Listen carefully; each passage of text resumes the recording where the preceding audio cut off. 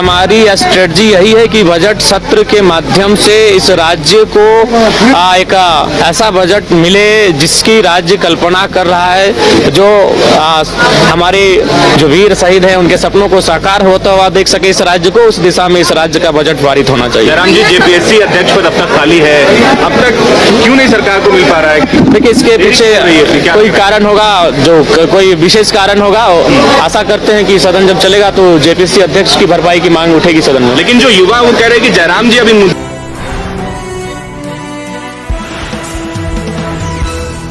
क्या प्लानिंग है, क्या रूपरेखा सोच कर आए हैं? जी, बहुत सारे विषय हैं जिनको सोच कर आए हैं, जो राज्य स्तरीय हैं, कोयलांचल स्तरीय हैं, जिला स्तरीय हैं, और जैसे ही हमें अवसर मिलेगा उन विषयों पर वार्तालाप होगी, उन विषयों पर चर्चा होगी और उन समस्याओं का निदान करने के लिए सरकार पर प्रेशर बनेगा।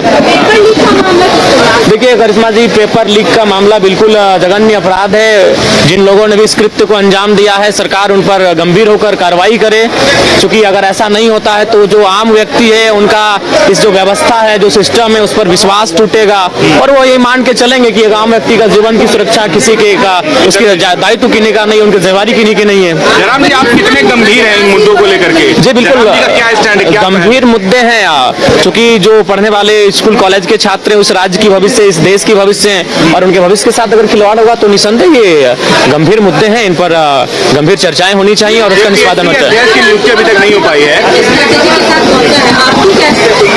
देखिए, हमारी स्ट्रेटजी यही है कि बजट सत्र के माध्यम से इस राज्य को एक ऐसा बजट मिले जिसकी राज्य कल्पना कर रहा है, जो हमारे जो वीर शहीद हैं उनके सपनों को साकार होता हुआ देख सके इस राज्य को। उस दिशा में इस राज्य का बजट पारित होना चाहिए। जयराम जी, जेपीएससी अध्यक्ष पद अब तक खाली है, अब तक क्यों नहीं सरकार को मिल पा रहा है? देखिए, इसके पीछे कोई कारण होगा, जो कोई विशेष कारण होगा।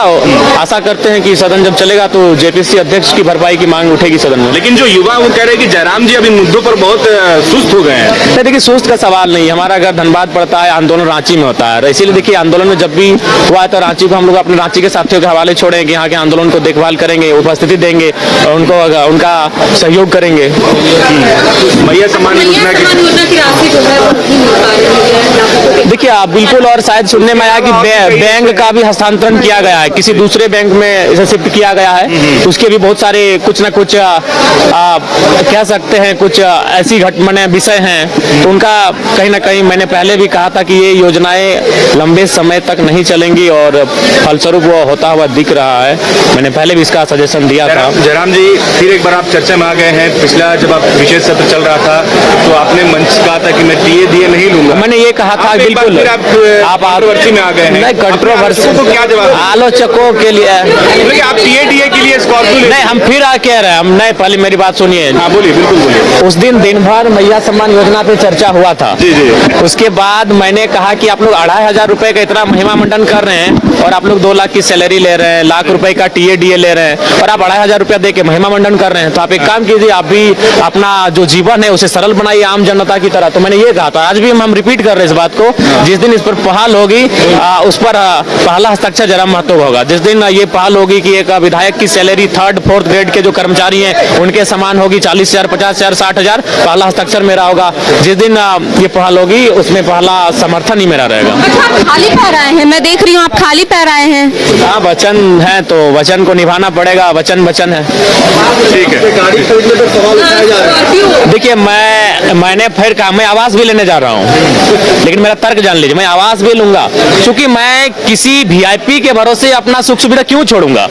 मेरी राज्य की जनता गरीब है, लाचार है, बेबस है, यहाँ के छात्र प्रताड़ित है, परेशान है, तो जो सुविधा मुझे सरकार से मिलेगी मैं वो सुविधा लूंगा और उन्हें मैं रॉबिन हुड के तर्ज पर जनता को दूंगा।